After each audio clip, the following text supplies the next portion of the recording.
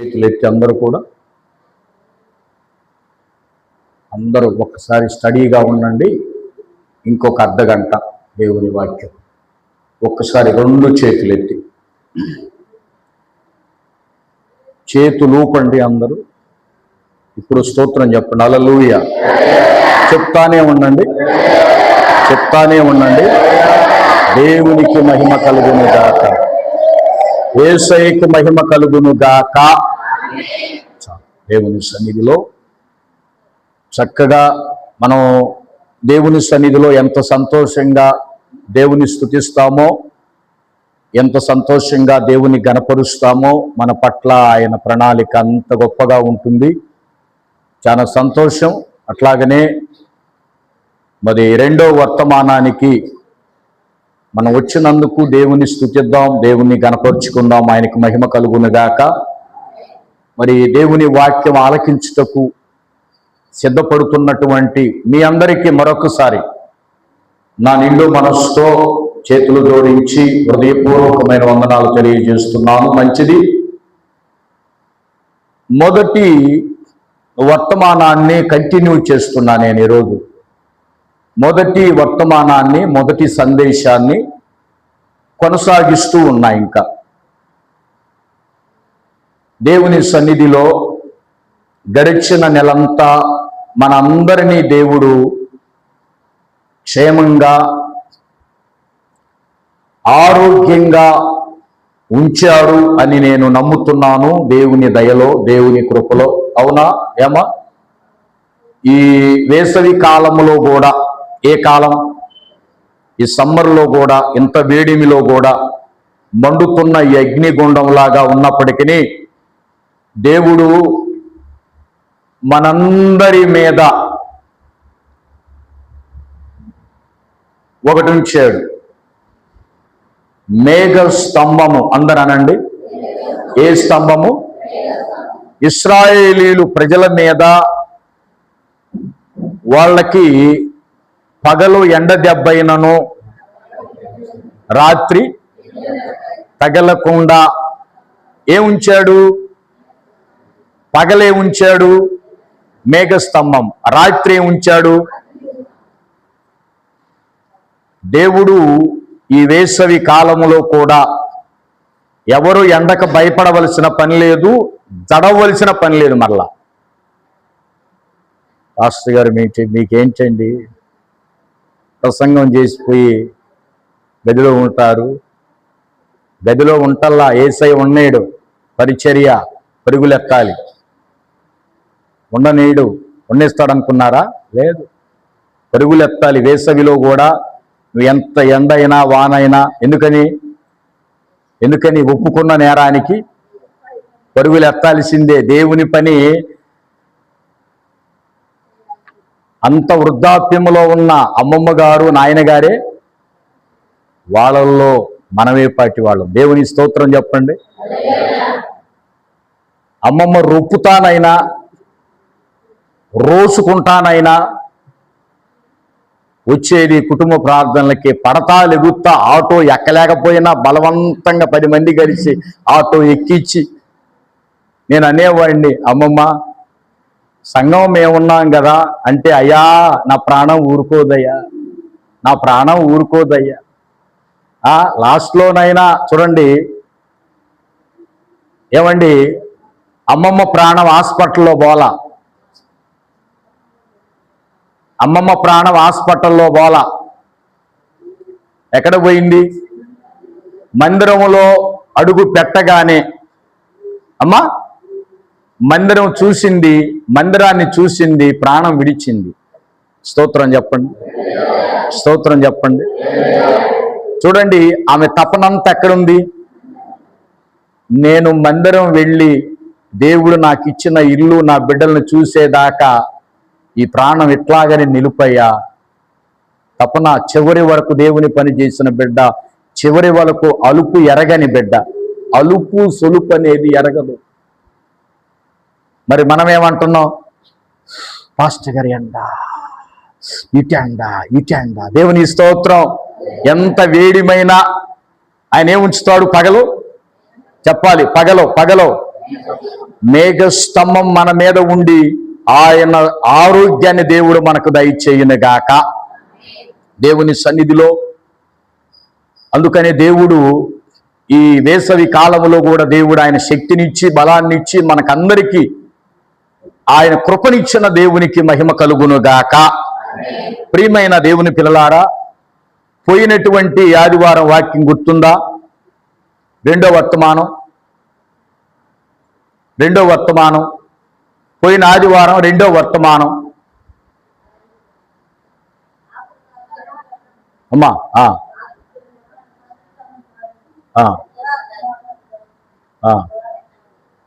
ఆపత్కాలమున పర్ణశాలలో దాచిపెడతాడు. సమస్య వచ్చినప్పుడు గుడారపు చాటున మరుగుపరుస్తాడు. మహోన్నతుని నీడలో భద్రపరుస్తాడు. ఆయన రెక్కల కింద రూతుమ్మ గారిని ఉంచలేదా? రెక్కల కింద యెహోవా దేవుడు తన రెక్కల కింద ఉంచే దేవుడు అని మనం చదువుకున్నాం. ఈరోజు మొదటి వర్తమానాన్ని కంటిన్యూ చేస్తున్నా. మొదటి వర్తమానం ఏంటిది? మొదటి వర్తమానం ఇందాకనే ఒక 15 నిమిషాల క్రితం చెప్పా. మొదటి వర్తమానానికి మూలవాక్యం చెప్పా మీకు. నీ శత్రువులను నీ పాదపీఠము, గట్టిగా చెప్పండి. ఇదేమన్నా కొడతారా? బెత్తం ఏమన్నా ఉందా? ఏడా ఏమీ లేదు కదా. ఊరక ప్రేమతో చెప్పండి. నీ శత్రువులను నీ పాదపీఠముగా చేయు వరకు నీవు నా కుడి పార్శ్వమున కూర్చుండుమని ప్రభువు నా ప్రభువుతో చెప్పెను. అది దేవుని స్తోత్రం. అమ్మా, దేవుని సన్నిధిలో ఎప్పటికైనా శత్రువులు అన్నవాళ్ళు వాళ్ళని ప్రేమిస్తే వాళ్ళ కొరకు ప్రార్థన చేస్తే, మంచిగా మాట్లాడితే, వాళ్ళని మంచిగా ప్రేమిస్తే ఏ రోజుకైనా ఎక్కడికి వస్తారు? మన దగ్గరికే వస్తారంట. ఏదో ఒక రోజున మారు మనసు పొందకపోతారా? ఏదో ఒక రోజున రక్షణ రాకపోతుందంటారా?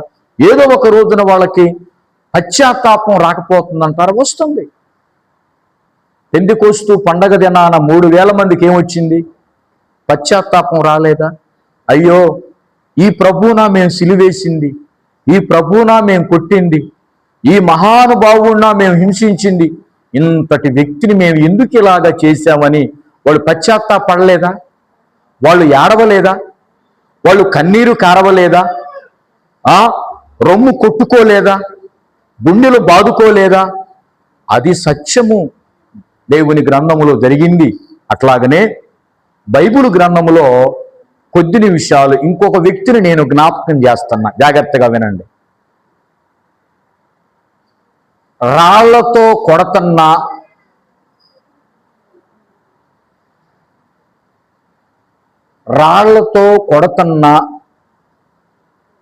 ఒక్క మాట అయినా, మీరు ఎందుకు కొడుతున్నారు? నాలో ఏమైనా తప్పుందా? మీరు ఎందుకు ఈ విధంగా నన్ను ఒక్కడిని చేసి ఈ విధంగా చేస్తున్నారు అని ఆ వ్యక్తి పలకలేదు. వాళ్ళకి ఆ వ్యక్తి మీద ఈర్ష్య వచ్చింది. ఏమొచ్చింది? ఏంట ఈర్ష్య? సభలో ఆయన మాట్లాడేటప్పుడు ఆయన వాక్చాతుర్యానికి, ఆయన కనబరిచిన జ్ఞానానికి వాళ్ళందరూ ఆశ్చర్యపోతారు. అతని ముఖము దేవదూత ముఖము వలె ప్రకాశించింది. అతని మీద మండిపడి పండ్లు కొరుకుతూ మండిపడి దగ్గర రాళ్ల కుప్పుంటే రాళ్ళు తీసుకొని అతన్ని కొట్టారు. ఎవరా వ్యక్తి? చెప్పాలి. ఎవరా వ్యక్తి? స్టెఫనేనా? కన్ఫామే కదా? స్తోత్రం చెప్పండి. గట్టిగా స్తోత్రం చెప్పండి. యేసయ్యకు మహిమ కలుగునుగాక. ఇప్పుడు వాక్యం దగ్గరికి రండి. అపోస్తుల కార్యము, బైబిల్ సున్నవారు అందరూ చూడండి. అపోస్తుల కార్యము అపోస్తుల కార్యగ్రంథము 7వ అధ్యాయం చూడండి. 7వ అధ్యాయము 54 నుంచి. వారి మాటలు విని కోపముతో మండిపడి అతనిని చూసి పండ్లు కొరికిరి. అయితే అతడు పరిశుద్ధాత్మతో నిండుకొనిన వాడై ఆకాశం వైపు తేరి చూసి దేవుని మహిమను, యేసు దేవుని కుడిపార్శ్వమందు నిలిచి ఉండుట చూసి ఆకాశము తెరవబడుటయు మనుష్య కుమారుడు దేవుని కుడిపార్శ్వమున నిలిచి ఉండుటయు చూచుచున్నానని చెప్పాను. అప్పుడు వారు పెద్ద కేకలు వేసి చెవులు మూసుకొని ఏకముగా అతని మీద పడి పట్టణము వెలుపలకి అతనిని వెళ్ళగొట్టి రాళ్ళు రూవి చంపిరి. సాక్షులు సౌలు అను ఒక యవనుని పాదముల యొద్ద తమ వస్త్రములు పెట్టిరి. ప్రభువును గురించి మొర్రపెట్టుచు, యేసు ప్రభువా, నా ఆత్మను చేర్చుకొనుమని స్టెఫను పలుకుచుండగా వారు అతనిని రాళ్లతో కొట్టిరి.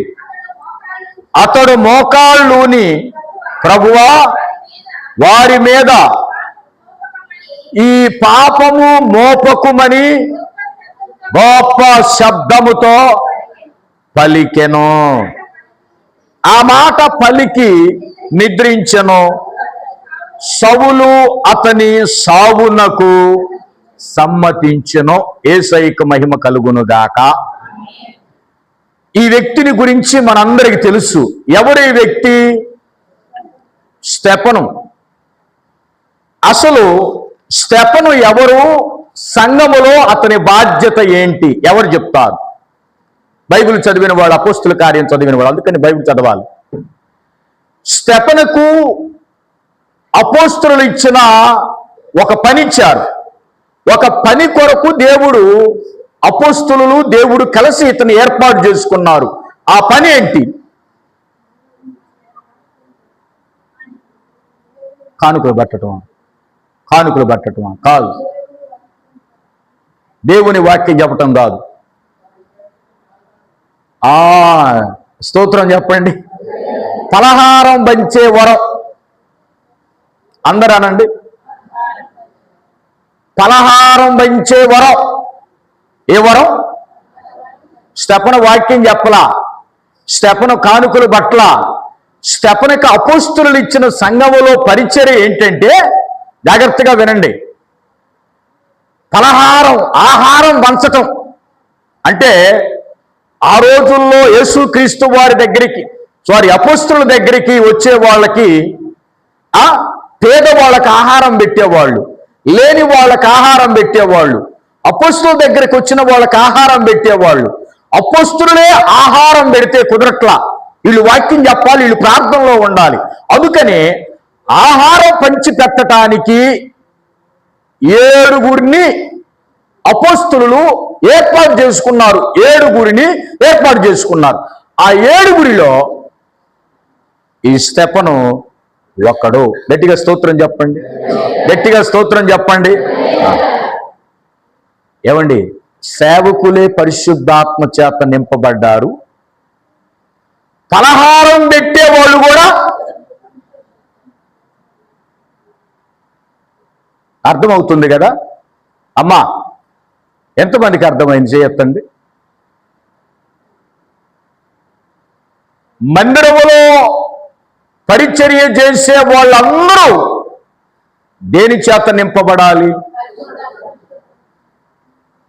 ఏమండి, అది సేవకుడు కావచ్చు, ఆయనకి దేవుడు ఇస్తాడండి పరిశుద్ధాత్మని. మేము పరిచర్య చేసే వాళ్ళం మాకెందుకు ఇస్తాడండి అనుకోవద్దు. బైబిల్ గ్రంథంలో ఉన్న మాట ఏంటి చెప్పమంటారా? భోజనాలు వడ్డించే వాళ్ళకు కూడా పరిశుద్ధాత్మ ఉంటుంది, పలహారం పెట్టే వాళ్ళు కూడా పరిశుద్ధాత్మ ఉంటుంది. ఈ పరిశుద్ధాత్మ ఉంటేనే అందరికీ పలహారం సమానంగా పంచుతాం. పలహారం సమానంగా పంచట్లేదనే వాదన వచ్చింది సంఘంలో. మీకు ఈ వాదన అర్థం కావాలంటే అపోస్తుల కార్యం 6వ అధ్యాయం చదవండి, మొదటి వచనం. ఆ దినములలో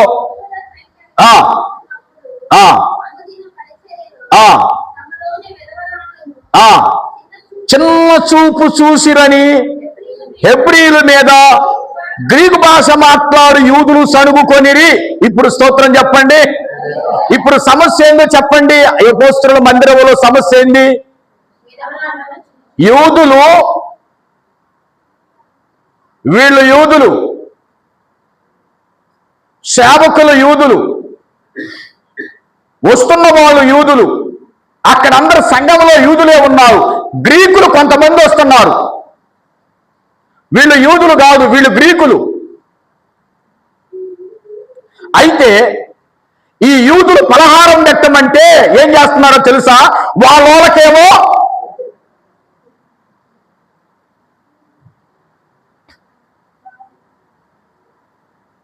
అర్థమవుతుంది కదా మాటలు. యూదులకి యూదులు ఏం చేస్తున్నారు? ఏయ్ వాడి 2 పెట్టు, మా మనోడు 2 పెట్టు, మనోడు 2 పెట్టు. యూదులు కాని వాళ్ళకేమో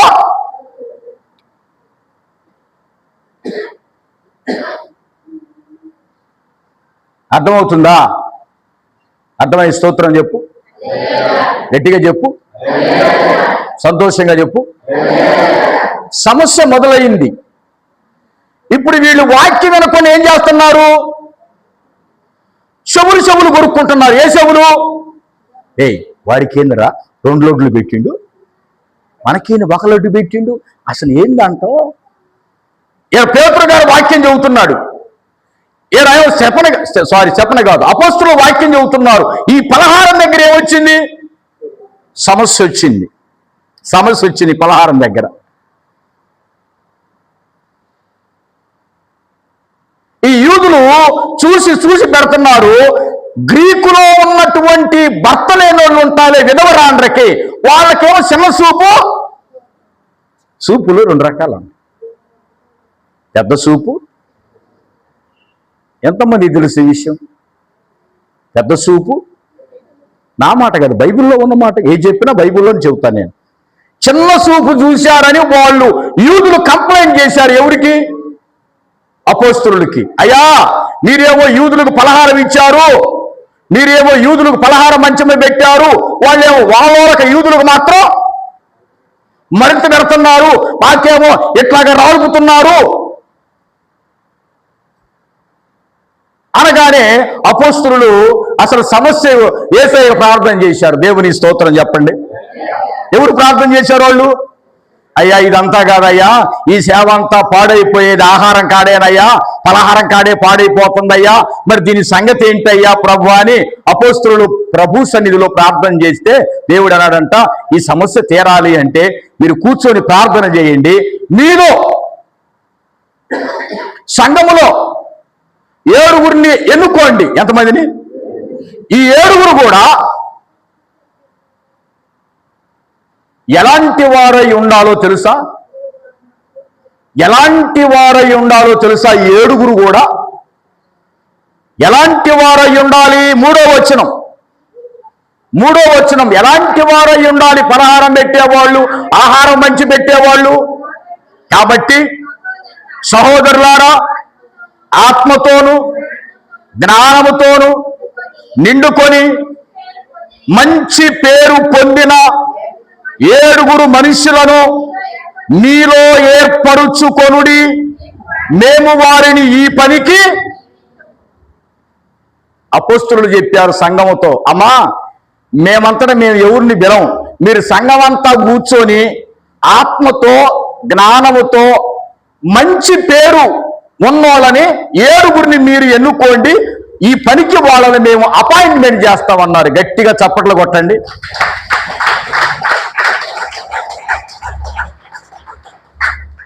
సంఘమంతా ఆలోచించారు. వీడు మనోడురా, వీడిని పెడదాము. ఇలా సంఘాలు ఎట్టుంది తెలుసా? ఇవాళ సంఘాలు ఎట్టుందయ్యా? బయట తిరుగుతున్నాం కాబట్టి మాకు తెలుసు సంఘాలు ఎట్టుంది. మనోడంటే పెట్టడమే, అపాయింట్మెంట్ చేయటమే. వాడు తాగినా, సిగరెట్లు తాగినా, బీడీలు తాగినా, ఏమన్నా తాగినా పెట్టడమే. సారాయి తాగి వచ్చినా పెట్టడమే. మనోడు రా నిలబెట్టాలి. కానీ అపొస్తలుల కాలంలో అట్లా కాదు. ఎట్లాగుంది పరిచర్య? సంఘమంతా ప్రార్థన చేస్తే పలహారం పెట్టేవాళ్ళు, ఆహారం వడ్డించేవాళ్ళు ఆత్మతో నింపబడాలి. దేనితో? పరిశుద్ధాత్మ చేత వాళ్ళల్లో ఉండాలి. పరిశుద్ధాత్మ వాళ్ళల్లో ఉన్నప్పుడు అందరికీ సమానంగా పంచుతారు. వాళ్ళ దృష్టిలో అందరూ సమానమే. ఒకవేళ వాడు పరిశుద్ధాత్మతో లేకపోతే, సాతానుతో నింపబడితే ఏమవుతుంది? పెట్టటంలో తేడా వస్తుంది, పరిచర్య తేడా వస్తుంది. కనుక ఇదిగో పరిశుద్ధాత్మతో నింపబడాలి. రెండవది జ్ఞానముతో జ్ఞాని అయి ఉండాలి. మూడవది వాడి మీద ఎక్కడా ఏ కేసులు ఉండకూడదు. ఏ నెపము ఎవరు కూడా ఫలానా వ్యక్తి ఇట్లని ఏలు పెట్టి చూపించిన వాడై ఉండాలి. మంచి పేరు పొందిన వాడై ఉండాలి. అలాంటి వాడిని ఏర్పాటు చేసుకోమనగానే అలాంటి వాళ్ళలో స్టెఫను పరిశుద్ధాత్మ చేత నింపబడ్డాడు. 7వ అధ్యాయంలోకి వచ్చేసరికి వాదన ఏర్పడింది. ఎవరికి వాదన ఏర్పడింది? యూదులకి స్టెఫనుకి ఆ సభలో వాదన ఏర్పడింది. ధర్మశాస్త్రం గురించి వాదన ఏర్పడినప్పుడు స్టెఫను ఆత్మతో మాట్లాడుతున్నాడు. స్టెఫను జ్ఞానంతో మాట్లాడుతున్నాడు. స్టెఫను ఆత్మతో వాళ్ళకి బైబిల్లో ఎక్కడ ఏముందో యేసయ్యను గురించి ధర్మశాస్త్రానికి ఉన్న తేడా చెప్తున్నాడు. యేసయ్య అంటే ఎలాంటి వాడని వాక్యం లేఖనాలు చూపిస్తున్నాడు. వాళ్ళకి తెలియని విషయాలు కూడా యూదులకు ఏమొచ్చింది? ఫస్ట్ కానించి ధర్మశాస్త్రం చదివిన వాళ్ళ వీడు మనకే చెప్తున్నాడు. రాళ్లతో కొట్టండి. రాళ్లతో కొడుతున్నారు.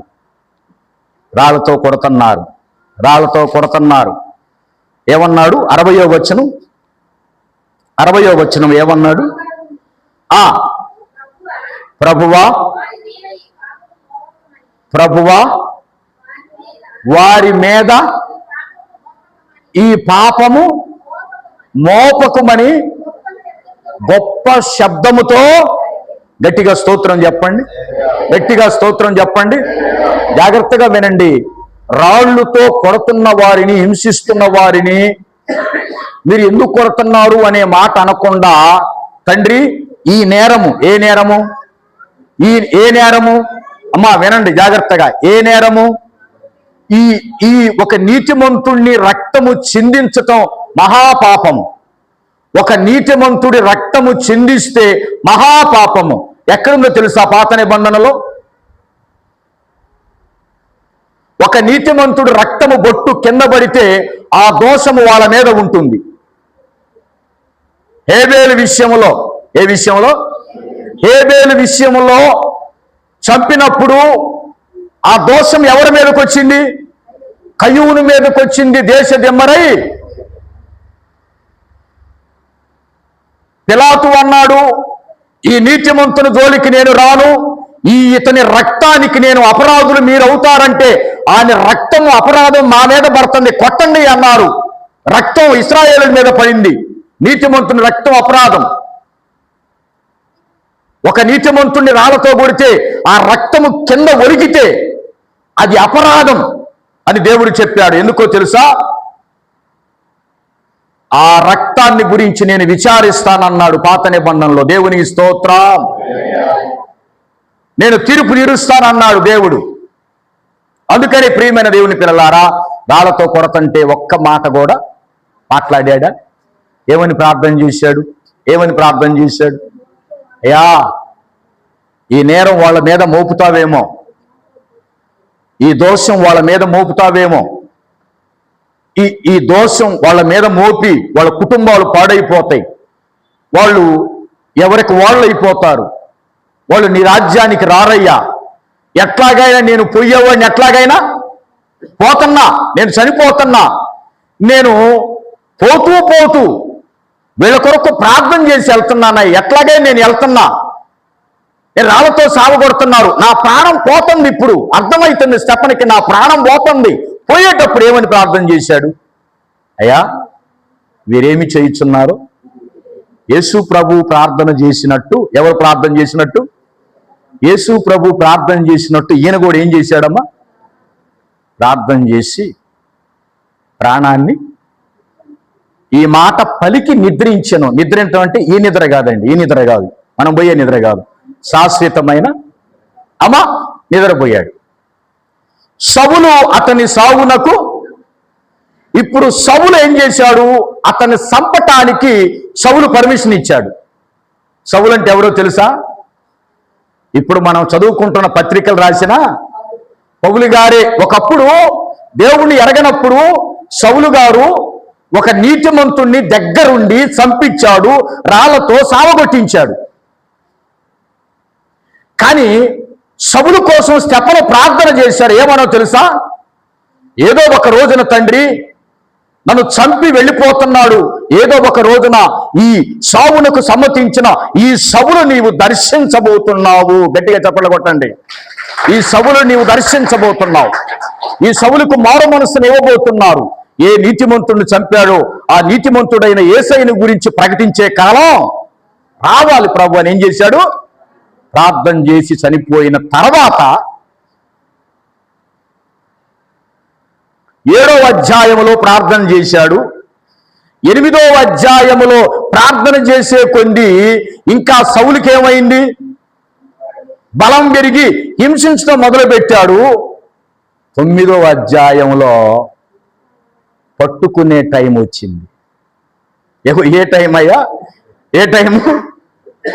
దేవుడు సౌలుని దర్శించాడు. గట్టిగా స్తోత్రం చెప్పండి, గట్టిగా స్తోత్రం చెప్పండి. అమ్మా 7వ అధ్యాయంలో నీతిమంతుడి మీద రాళ్ళు చేత కొట్టించాడు, చంపించాడు. కానీ స్టెఫను వెళుతూ అతని కోసం ప్రార్థన చేసి వెళ్ళాడు, చనిపోయాడు. 9వ అధ్యాయంలో దేవుడు ఏం చేశాడు? పట్టుకున్నాడా లేదా? పట్టుకున్నాడా లేదా? స్తోత్రం చెప్పండి. పట్టుకున్నాడా లేదా? సౌలా, నీకోసం చాలా మంది ప్రార్థన చేశారు, సంఘాన్ని హింసించావు, వాళ్ళు ప్రార్థన చేశారు. నా భక్తుడైన స్టెఫను ప్రార్థన చేశాడు, వీళ్ళందరికీ నువ్వు శత్రువయ్యావు, నీకోసం వీళ్ళందరూ ప్రార్థన చేశారు గనుక ఇక నేను దిగివచ్చి వాళ్ళ ప్రార్థనలు ఆలకించి నిన్ను పట్టుకునే టైం వచ్చిందని పట్టుకున్నాడు. పట్టుకున్న తర్వాత ఏమయ్యాడు చెప్పండి? ఇప్పుడు సౌలు ఏమయ్యాడు? సౌలును పౌలుగా మార్చిన నా గొప్ప దేవుడా. పాడాలి. సౌలును పౌలుగా మార్చిన నా గొప్ప దేవుడా.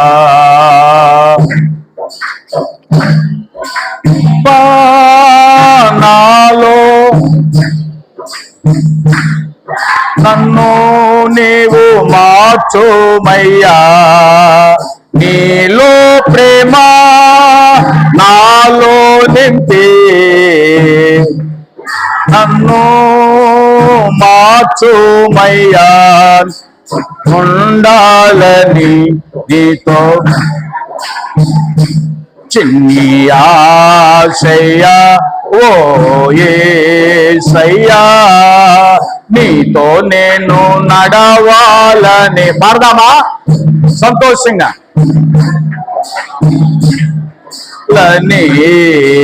నీతో నేను నడవాలని, నీతో కలిసి ఉండాలని ఆశయ్యా, చిన్ని ఆశయ్యా, ఓ యేసయ్యా.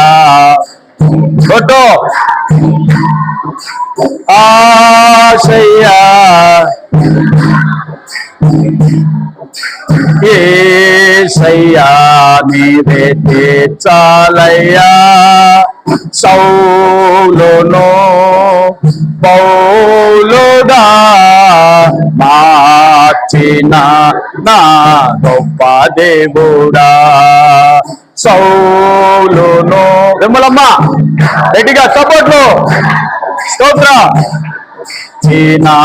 నా గొప్ప దేవుడా నీలో ప్రేమ నాలో నింపి నీలా నన్ను నీవు మార్చోమయ్యా. యేసయ్యా నీలో ప్రేమ నాలో నింపి నీవు మార్చోమయ్యా.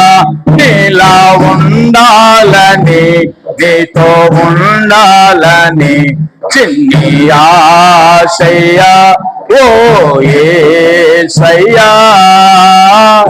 ఆశయ్యా చిన్ని ఆశయ్యా ఓ యేసయ్యా నీవే. హల్లెలూయా. సౌలు నీతిమంతులకు శత్రువయ్యాడు. ఎవరికయ్యా? ప్రార్థన చేసే వాళ్ళందరికీ ఏమయ్యాడమ్మా? హింసించాడా లేదా? చంపాడా లేదా? ఘోరంగా కత్తితో పొడిచాడా లేదా? ఇప్పుడు వీళ్ళందరూ ఏం చేశారు? మళ్ళా పొడిచారా? సౌలుని మళ్ళా రాళ్ళు వేశారా? సౌలుని మళ్ళా పొడిచారా? ఏం చేశారు వీళ్ళు? అయ్యా మేము గొడవలేము, మేము వాడి మీద రాళ్ళేయం, వాడు అధికారంలో ఉన్నాడు, ఏదైనా చేస్తాడు, మేము చేసేది ఒక్కటేనయ్యా, నీకు ప్రార్థన చేయటం తప్ప. ఏం చేయటం తప్ప? మేము ఏమన్నా చేయగలమని వీళ్ళందరూ ఏం చేశారు? అపోస్తుల కార్యం 8వ అధ్యాయములో ఉన్న వాళ్ళందరూ ఏం చేశారు? 8వ అధ్యాయములో ఉన్న సంఘం అంతా ఏం చేశారు? స్టెఫన్ ఏం చేశాడు? మరి వీళ్ళందరూ ప్రార్థనలు వృధాగా పోతాయా? 110 కీర్తనలో ఏం చెప్పాడు? ఇందాక చదువుకున్నాం కదమ్మా.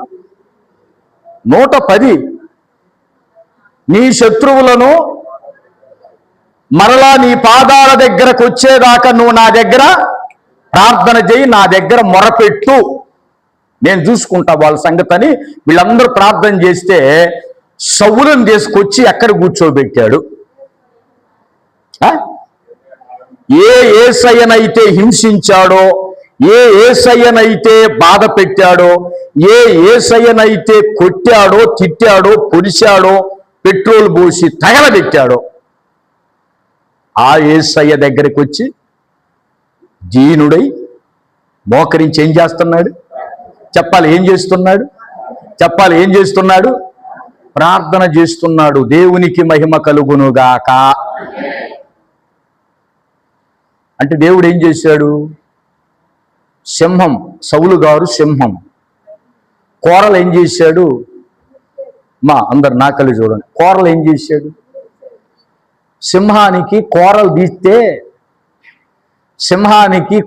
తీస్తే అది పిల్లి కంటే దారుణం అంట.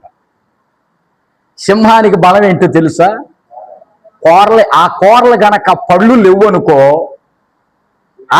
అది ఎంత పెట్టి మన చేతిని పెట్టి నవ్వులుకో, నీకెందుకు లాక్కోమంటాం మనం. అది ఎంత మనకేంటంటే కూరలు లేకపోతే వాడు కనుక శైలి కనుక నొక్కుతుంటే మన కనుక మాజా, దాన్ని ఏమంటారు? మజానా, దాన్ని ఏమంటారు? ఇదేదో మాలిష్ చేసినటువంటి వాటి నొక్కుతా ఉంటాడు. ఇది నోడితో నొక్కుతా ఉంటాడు. ఇట్లాగా మనకు బాగా ఉండదు. దేవుని స్తోత్రం. అదే కూరలు ఉంటే చెప్పాలి, కూరలు ఉంటే ఎక్కడికక్కడ ఏమైద్ది? నరాలు కూడా పిప్పి అవుతాయా కాదా? దేవుని స్తోత్రం చెప్పండి. దేవుని స్తోత్రం చెప్పండి. దేవుని సన్నిధిలో అందుకనే మనం జాగ్రత్తగా గమనిస్తే అది ఎటువంటి వాడైనా ప్రార్థన చేసినప్పుడు శత్రువులను సహితాన్ని దేవుడు ఎట్లాగా మారుస్తానంటున్నాడు? మిత్రులుగా మార్చి మరలా నీ దగ్గరికి నేను తీసుకొని సౌలును తీసుకొచ్చి సంఘాల దగ్గర పెట్టాడు. ఏ సంఘాన్ని హింసించాడో ఆ సంఘం దగ్గర పెట్టాడు. మంచి మనసు ఇచ్చాడు, మారు మనసునిచ్చాడు. ఇందాక పాట పాడాం కదా, సౌలుని పౌలుగా మార్చిన నా గొప్ప దేవుడా. ఏ దేవుడా? అందరూ అనండి, ఏ దేవుడు? నా గొప్ప దేవుడా. నా గొప్ప దేవుడు అయ్యా, అంత దేవుడు అయ్యా, ఆ క్రూరుని మార్చావు. అదే దేవుడు చెప్పాడు, అతని మీద మీరు పగబెట్టుకోవద్దు. స్టెఫను పగబెట్టుకోలా, సంఘం పగబెట్టుకోలా, ప్రేమతో ఏం చేశారు? మారు మనసు పొంది యేసయ్య బైబిల్ పట్టుకొని సేవ చేయటం ప్రారంభించాడు. అపోస్తలుల కార్యం 9వ అధ్యాయంలో సౌలు అడుగుతాడు, అననీయ అడుగుతాడు యేసు ప్రభువుని, అయ్యా వాడిని ఎందుకయ్యా, ఆ మూర్ఖుడు నీకు అవసరమా? ఆ సంఘాన్ని హింసించే వ్యక్తి నీకు అవసరమా? వాడి దగ్గరకు నన్ను బొమ్మంటావేందయ్యా?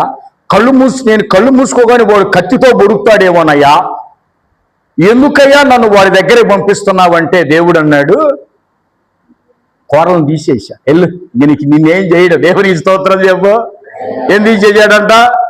కోరలో పళ్ళు బీకేసా, వాడు నేనేం చేయడు. పాము నిన్నేం చేయడు. పాము అది ఇప్పుడు బలవంతా తీసేసా. 3 రోజులు ఉపవాసం ఉంచా. ఒంటిలో ఉన్న క్రామ కోద మదమాచార్యాలు మొత్తం తీసేసా. ఇప్పుడు బలము లేనివాడు. అననీయ అంటాడు, ఎందుకయ్యా వాడిని నువ్వు కొట్టుకున్నావంటే, ప్రభు అంటాడు, ఆడు ఎన్ని బాధలు పెట్టాడో, ఎన్ని శ్రమలు పెట్టాడో సంఘాన్ని, ఎన్ని కష్టాలు పెట్టాడో, ఆ కష్టాలన్నీ చూపిస్తా, ఇప్పుడు అతని మీద ప్రయోగిస్తా. దేవుని స్తోత్రం చెప్పండి. ఎవరి మీద ప్రయోగిస్తా? సౌలుకి నేను చూపిస్తా, పౌలుగా మారుస్తా, నేను చూపిస్తా. దేవుని సేవ అంటే ఏంటిదో, ఆయన పరిచర్య ఏంటిదో నేను చూపిస్తా. నువ్వేం భయపడొద్దు, అతని కొరకు ప్రార్థన చేయి. దేవుని స్తోత్రం చెప్పండి. ఎందుకని స్టెఫను పగబెట్టుకోలేదు? చిన్న ప్రశ్న అడుగుతున్నా. స్టెఫను రాళ్లతో కొట్టిన వారిని ఎందుకు పగబెట్టుకోలేదు? ఎవరు చెప్తారు? తెలివి కలిగిన వాళ్ళు. Very good. పరిశుద్ధాత్మతో నింపబడ్డాడు కాబట్టి ఈ పగబెట్టుకోవాల. అదే పరిశుద్ధాత్మ మనలో లేకపోతే ఖచ్చితంగా నువ్వెంతంటే నేనంత, డి అంటే డి. నువ్వు కర్ర తీసుకుంటే నేను కొడవలు తీసుకుంటా, నువ్వు కొడవలు తీసుకుంటే నేను గోపం తీసుకుంటా. స్టెఫను అంత నిదానంగా దీన మనసు కలిగి ప్రార్థన చేయటానికి కారణం ఏంటో తెలుసా? అతడు పరిశుద్ధాత్మ చేత నింపబడ్డాడు. ఆ పరిశుద్ధాత్మ ఫలం ఏంటో తెలుసా? శత్రువు కొరకు ప్రార్థన. దాన్ని ఆత్మఫలము అంటారు. ఏ ఫలము? ఆత్మఫలం. ఆత్మఫలములో ప్రేమ ఎన్నో ఫలం? అది మొదటి ఫలం ప్రేమ. స్టెఫను సౌలును ప్రేమించాడు, మరణములో కూడా ప్రేమించాడు. సంఘము సౌలును ప్రేమించింది. సంఘము ఆత్మతో నింపబడింది. స్టెఫను ఆత్మతో నింపబడ్డాడు గనుక శత్రువులను కూడా సంఘం ఏం చేసింది? మరి నువ్వు మనసులో కక్ష పెట్టుకుంటున్నావు, పగ పెట్టుకుంటున్నావు, ఈర్ష్య మనం పెట్టుకుంటున్నామంటే మనలో పరిశుద్ధాత్మ లేడు.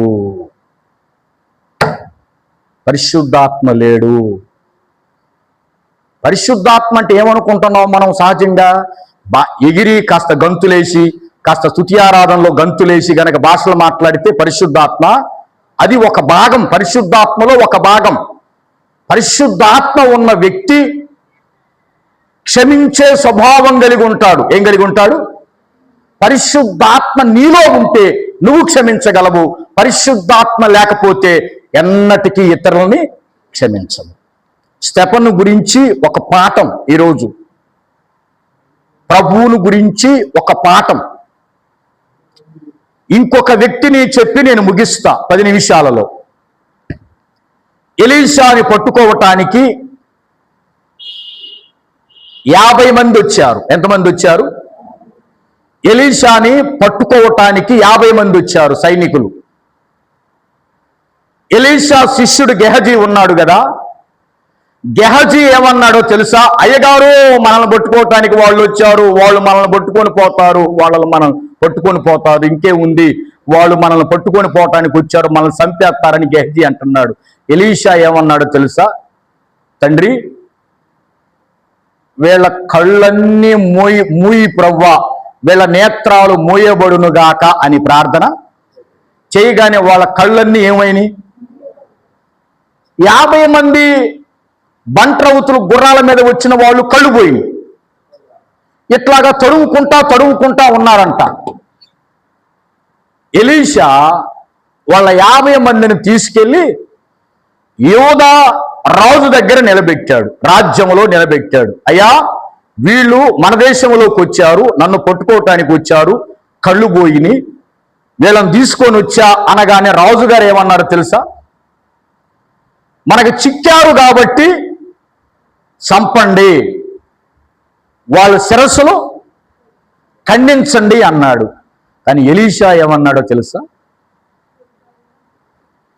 వాళ్ళని చంపొద్దు, శిక్షించొద్దు, ఏమొద్దు, నేను ప్రార్థన చేస్తా, వాళ్ళ కళ్ళు వస్తాయి, కళ్ళు రాగానే 5 యాటలు కోసి బాసుమతి రైసుతో బిర్యానీ చేసి పలావు చేసి ఈ 50 మందికి పెట్టి పంపిద్దాం వాళ్ళ దేశానికి. గట్టిగా స్తోత్రం చెప్పండి.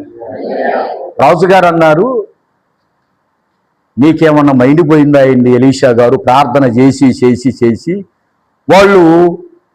వాళ్ళు చిక్కటానికే ఇంతకాలం చూసాము కదా, ఆల్రెడీ చిక్కారు, మన కక్ష తీర్చుకుందాం, పగ తీర్చుకుందాం, వీళ్ళని చంపితే తర్వాత ఇంక ఎవరు రారు కదా అన్నాడు రాజుగారు. కానీ ఎలీషా గారు ఏమన్నారు? వాళ్ళని ఇక్కడికి తెచ్చింది చంపటానికి కాదు, వాళ్ళకు మంచి భోజనం పెట్టించటానికి చేసుకొచ్చా కాబట్టి వాళ్ళ కళ్ళు వచ్చినాయి, వాళ్ళకి భోజనం పెట్టండి. ఎందుకు ఆ మాట అన్నాడు చెప్పండి ఎలీషా? రాజుగారు ఎందుకు అనలేదు, ఎలీషా ఎందుకు అన్నాడు ఆ మాట? ఎలీషా దేవుని ఆత్మతో నింపబడ్డాడు కాబట్టి, ఎలీషాలో పరిశుద్ధాత్మ దేవుడు యేసయ్య దేవుడు ఉన్నాడు, దేవుని ఆత్మ ఉంది, దేవుడు శత్రువులను ప్రేమించాడు కాబట్టి ఆత్మ కలిగిన ఎలీషా కూడా శత్రువుల్ని, ఈ రాజుగారిలో దేవుని ఆత్మ లేదు కాబట్టి సాతాను ఆత్మ ఉంది కాబట్టి, సాతాను పనేంటి? కంటికి కన్ను, పంటికి పొన్ను, మరణానికి.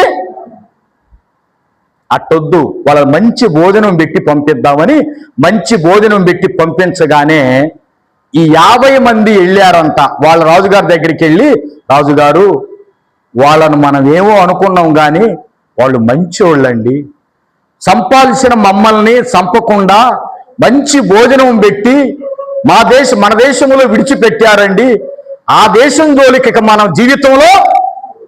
గట్టిగా స్తోత్రం చెప్పండి, గట్టిగా స్తోత్రం చెప్పండి. ఎందుకన్నారండి?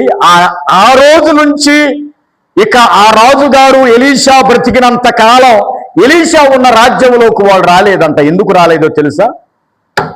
ఇంత మంచి మనస్సుని మనం చంపితే దేవుడు క్షమించడు. మనం చంపాల్సిన సమయం వచ్చి కూడా అతనికి మన మీద ప్రేమ చూపించి మనకు భోజనం పెట్టాడు, మనం మంచిగా ఛార్జీలు ఇచ్చి పంపించాడు, అలాంటి వ్యక్తినా మనం చంపేదని వాళ్ళు ఆ రోజు నుంచి ఎలీషా ఉన్నంత కాలం రాలేదంటే, ఎలీషా నుంచి మనం నేర్చుకోవలసిన పాఠం ఏంటో తెలుసా? ఎలీషా చేసినట్టు మనం చేయగలమా? ప్రేమించగలమా? ప్రేమిస్తాను అన్నవాళ్ళు స్తోత్రం చెప్పండి. ఎలీషా లాగా నేను ప్రేమిస్తాను అన్నవాళ్ళు ఏది? మీరు ఎవరు అట్లాగా ప్రేమించలేరా? అంటే అందరికి పగ కావాలా? మరి స్తోత్రం చెప్పండి. పగ కావాలా, ప్రేమ కావాలా? ఏం కావాలి? రెండు ఉన్నాయి. ఇప్పుడు నీకు అపకారం చేసిన వాళ్ళ మీద పగ కావాలా, అపకారం చేసిన వాళ్ళకి ప్రేమ కావాలా? నువ్వు ప్రేమ చూపించాలా? మరి ఇప్పుడు స్తోత్రం చెప్పు. గట్టిగా స్తోత్రం చెప్పు. మూడవసారి చెప్పు. ఎందుకు చెప్పాం మనం స్తోత్రం ఇప్పుడు? నేను చెప్పమన్నానా?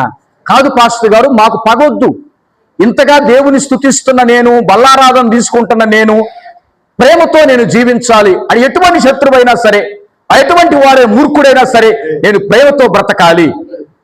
మా చూడండి, కూర్చోబెట్టు. నేను ప్రేమతో ఉండాలి. అందుకనే దేవుని సన్నిధిలో మొదటి వర్తమానాన్ని నేను కంటిన్యూ చేశా. నీ శత్రువులు నీ పాదపీఠముగా చేయు వరకు నీవు నా దగ్గర నా పని చెయ్యి, వాళ్ళ సంగతి నేను చూసుకుంటానని ప్రభు చెప్పాడు. గనుక ఈరోజు స్టెఫను చేసిన ప్రార్థన మనం చేద్దాం. ఎలీషా చేసిన ప్రార్థన మనం చేద్దాం. యేసయ్య చేసిన ప్రార్థన మనం చేద్దాం. యేసయ్య గాని, ఎలీషా గాని, స్టెఫను గాని వీళ్ళు దేని చేత నింపబడ్డారు? పరిశుద్ధాత్మ చేత నింపబడితే ఆ ప్రార్థన మనం చేయగలం. ఒకవేళ పరిశుద్ధాత్మ చేత నింపబడితే, ప్రవ్వా వీడి కాళ్ళు ఎరగొట్టి మంచంలో ఎప్పుడు వేస్తావు తండ్రి నువ్వు? ఎప్పుడు జమ్మడికి పోను వీడు. సాతాను ఆత్మ, దేవుని ఆత్మ కలిగి ఉంటే, అయ్యా వాడు తెలుసో తెలియకో అన్నాడులే, తెలుసో తెలియకో ఒక మాట అన్నాడులే, క్షమించయ్యా, అతన్ని నేను ప్రేమించాలయ్యా, అది నీవు నాకు ఇచ్చిన మంచి మనస్సు అయ్యా, నువ్వు ప్రేమించాలయ్యా, నువ్వు ప్రేమించినప్పుడు నేను కూడా ప్రేమించాలయ్యా. ఈరోజు దేవుని భోజనం తింటున్న మనం, ఈ భోజనం వృధాగా పోకూడదు. తింటున్న బల్ల ప్రభు శరీరం, ప్రభు రక్తం వృధాగా పోకూడదు. దాని ఫలితం ఏంటో తెలుసా? ప్రభు రాత్రి భోజనం యొక్క ఫలం ఏంటో తెలుసా? ఆశీర్వాదం ఏంటో తెలుసా? శత్రువును కూడా మిత్రుడుగా భావిస్తూ ఆ భార్య అన్న మాటలు ఒక్కసారి రిపీట్ చేసి నేను ముగిస్తా. ఆ భార్య ఏమన్నది? తాగుబోతు భర్త కలిగిన భార్య ఏమన్నది? నా భర్త అమాయకుడు అన్నా, నా భర్తకు తెలియదన్నా, ప్రభుని తెలిస్తే నన్ను అట్లాగా హింసించడన్నా, ప్రభు మాటలు వింటే, ప్రభు దగ్గరకు వస్తే ఆ మాటలు ఆ తాగడన్నా, రాట్లేదు కాబట్టి సాతాను కలిగి తాగుతున్నాడన్నా, అతను తప్పు లేదన్నా, అతనికి సేవ చేస్తానన్నా. ఏ మనస్సు అండి ఆ మనస్సు? ఏ మనస్సు అండి ఆ మనస్సు? ఆ మాట మనం అనగలుగుతున్నామా? లేదు పప్పు గుత్తితో మెదడు పగలగొట్టగలుగుతున్నామా? ఏ మనస్సు అండి ఆ మనస్సు? అసలు ఆ స్త్రీ మనసు ఏ మనసు అండి? ఆ స్త్రీలో ఉంది ఎవరో తెలుసా? పరిశుద్ధాత్మ దేవుడు నివసించాడు. ఏ రోజుకైనా నా భర్త ప్రభు దగ్గరకు వస్తాడు, నా ప్రవర్తన చూసి తెలుసుకుంటాడు, కనువిప్పు కలిగిద్ది, మారు మనసు కలిగిద్ది. ఈరోజు ప్రార్థన చేద్దాం. ప్రభువా అయ్యా, హింసిస్తున్న వారి కొరకు, బాధిస్తున్నటువంటి వారి కొరకు, నవ్వుతున్న వారి కొరకు, హేళన చేస్తున్నటువంటి వారి కొరకు, ఎద్దేవా చేస్తున్నటువంటి వారి కొరకు ప్రభువా, తెలుసో తెలియని స్థితిలో ఉన్నారయ్యా, వాళ్ళని క్షమించయ్యా. ఈ నేరం వాళ్ళ మీద మోపొద్దయ్యా, ఈ పాపం వాళ్ళ మీద మోపొద్దయ్యా, ఈ కీడు వాళ్ళ మీద మోపొద్దయ్యా. వీళ్ళు మారు మనసు పొందే భాగ్యము దయచే ప్రభువా. నువ్వు నాకు మారు మనసు ఇచ్చావు, నేను ఆ స్థితిలో ఉన్నప్పుడే నన్ను దర్శించావు కదా, ఇప్పుడు వాళ్ళు ఆ స్థితిలో ఉన్నారయ్యా, వాళ్ళని విడిపించయ్యా. ప్రార్థన చేయగలుగుతున్నామా? దేవుణ్ణి అడగగలుగుతున్నామా? ఆ దీన మనస్సు మన హృదయంలోకి వస్తుందా? రావాలి. ప్రభు శరీరం రక్తం యొక్క ఫలం ఏంటో తెలుసా? దాని ఆశీర్వాదం ఏంటో తెలుసా? ఈ మనస్సు కలిగి ఉండటమే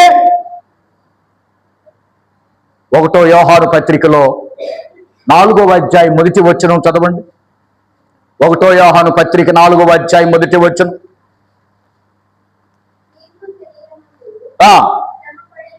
క్రీస్తు శరీరమందు శ్రమపడిన గనుక ఎట్టి మనసును, అట్టి మనసు అంటే శ్రమపడిన ఆ మనసును మీరు ఆయుధముగా, ఏ మనసును ధరించాలండి మనం? చెప్పండి, ఏ మనసును ధరించాలి? ముగిస్తున్నా. ఏ మనసును ధరించాలి? యేసయ్య మనసుని, క్రీస్తు మనసుని, స్టెఫను మనసుని, దావీదు గారి మనసుని, నేను ధరించాలి. ఆ మనసు నాకు కావాలి, ఆ హృదయం నాకు కావాలి, అది నాకు కావాలి. క్షమించే మనస్తత్వం నాకు కావాలి ప్రభువా. ఎందుకో తెలుసా, మనం పరలోక ప్రార్థన చేస్తున్నాం. పరలోక ప్రార్థన చెప్పండి అందరూ. పరలోకమందున్న మా తండ్రి, నీ రాజ్యం వచ్చునుగాక, నెరవేరునట్లు అనుదినాహారం మా ఎడల మేము క్షమించినట్లు. మరి నువ్వు క్షమిస్తున్నావా? ఇప్పుడు ప్రార్థన చేసావుగా, పరలోక ప్రార్థన చేసి పోవటమేనా? ఏమన్నాడు? మా ఎడల అపరాధములు చేసిన వారిని మేము క్షమించున్నట్లు మా అపరాధములను. ఇప్పుడు ఎదుటివాని అపరాధాన్ని మనం క్షమించకపోతే మన అపరాధాన్ని యేసయ్య క్షమిస్తాడా? నువ్వు ఉపవాసం ఉన్నా, యెరూషలేము మందిరములో తపస్సు చేసిన, 7 గంటలు ప్రార్థన చేసిన, 9 గంటలు చేసిన, 12 గంటలు చేసిన, నీ బ్రతుకు దినాలు మొత్తం చేసిన ఎదుటివాడిని క్షమించకపోతే నీ పాపాలు యేసయ్య క్షమించడు. చచ్చులేని వాక్యం. నువ్వు క్షమించకుండా ఎంత తపస్సు చేసినా, నువ్వు ఎంత తపస్సు చేసి బోర్లపడి చేసినా,